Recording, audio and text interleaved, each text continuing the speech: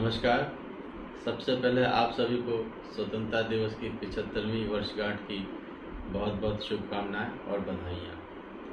आज इस अवसर पर मैं एक टॉपिक पर बहुत संक्षिप्त रूप से अपनी बात रखने के लिए आया हूँ और वह विषय है idea and identity of India. Bharat के प्रतीक और पहचान क्या है? इन पे हम सबके अपने अपने विचार हो सकते हैं, भिन्न भिन्न विचार हो सकते हैं, लेकिन प्रश्न यह है कि दूसरे देशों में लोग हमें किस नज़रिए से देखते हैं अथवा वह एक भारतीय होने के नाते हमसे क्या अपेक्षा रखते हैं। तो हम इसी संबंध में संक्षिप्त चर्चा करेंगे। इस संबंध में मैं एक जिक्र करना चाहूँगा घटना का कि 1990 से 1992 के बीच में अमेरिका में भारत के राजदूत थे मिस्टर आबिद हुसैन जी। एक विख्यात अर्थशास्त्री थे, सीनियर डिप्लोमेट, और उनका इंटरव्यू में एक बार जगह देख रहा था। उस इंटरव्यू में उन्होंने कहा कि जब वो अमेरिका में एम्बेसडर थे तो अमेरिकन उनसे मिलने आते थे और वो आते थे तो वो भारत के बारे में जानकारी रखना चाहते थे, भारत के बारे में कुछ पूछते थे, उनकी जिज्ञासा रहती थी भारत के बारे में। तो उनका कहना था कि लोग आते थे तो वो अक्सर मुझसे पूछते थे कि हमें गीता के बारे में बताइए, हमें उपनिषद के बारे में बताइए। तो उन्होंने कहा कि चूँकि मैंने इसके बारे में कभी पढ़ा नहीं था अलग से, तो चूँकि मैं भारत का प्रतिनिधि वहाँ कर रहा हूँ, मैं प्रतिनिधित्व वहाँ भारत का कर रहा हूँ और मैं एक भारत के प्रतिनिधि के रूप में वहाँ पर एम्बेसडर हूँ, तो उनकी अमेरिकन की ये अपेक्षा मुझसे रहा करती थी कि मैं भारत के बारे में बताऊँ।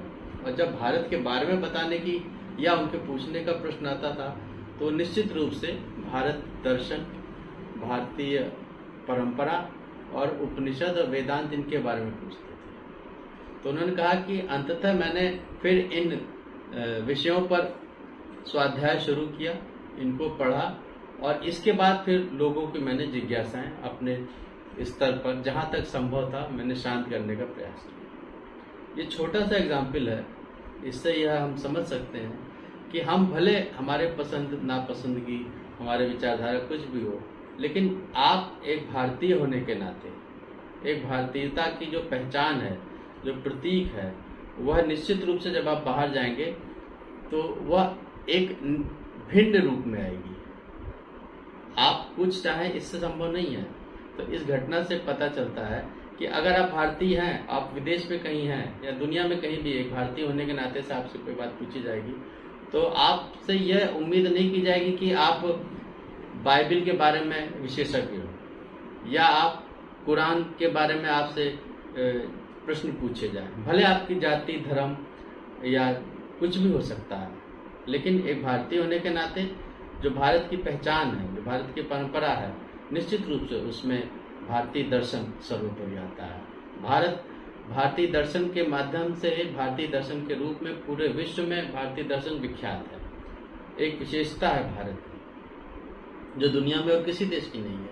हर देश की अपनी कुछ प्रमुख विशेषताएं होती हैं। तो सवाल यह है कि एक भारतीय होने के नाते जो हमारी विशिष्टताएं हैं हमें उन्हें समझना चाहिए और जानना चाहिए। तो अगर भारतीय की बात होगी, भारतीय परंपराओं की बात होगी, तो भारतीय दर्शन के साथ साथ आपसे बुद्ध के बारे में पूछा जाएगा, आपसे सिखिज्म के बारे में पूछा जाएगा, इसके साथ ही आपसे जो है अद्वैत दर्शन जो भारतीय दर्शन का मूल है उसके बारे में पूछा जा सकता है।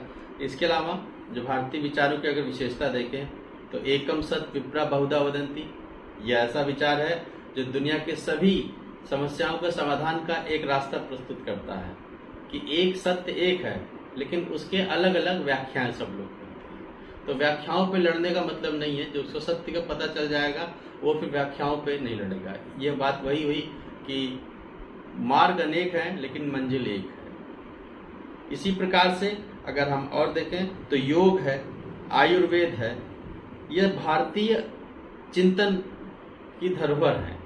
इसके साथ ही वसुधैव कुटुंबकम, पूरे विश्व को भारत एक परिवार मानता है, जबकि पश्चिमी विश्व को एक मंडी के रूप में देखा जाता है, बाजार के रूप में देखा जाता है।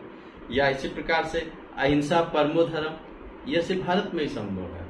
तो भारतीयता की जो पहचान है, हमें पहले इनको पहचानना चाहिए, इनको समझना चाहिए और इनको आत्मसात करना चाहिए कि यही हमारी जड़ है, ये हमारे मूल हैं।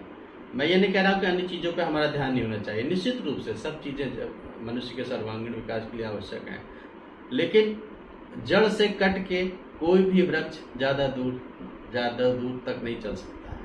इसीलिए एक भारतीय होने के नाते हमें अपने इंडिया की आइडेंटिटी को समझना चाहिए और उसको आत्मसात करके उसको स्वीकार करना चाहिए। इन बातों को आपने ध्यान से सुना, इसके लिए आपका बहुत बहुत धन्यवाद। नमस्कार।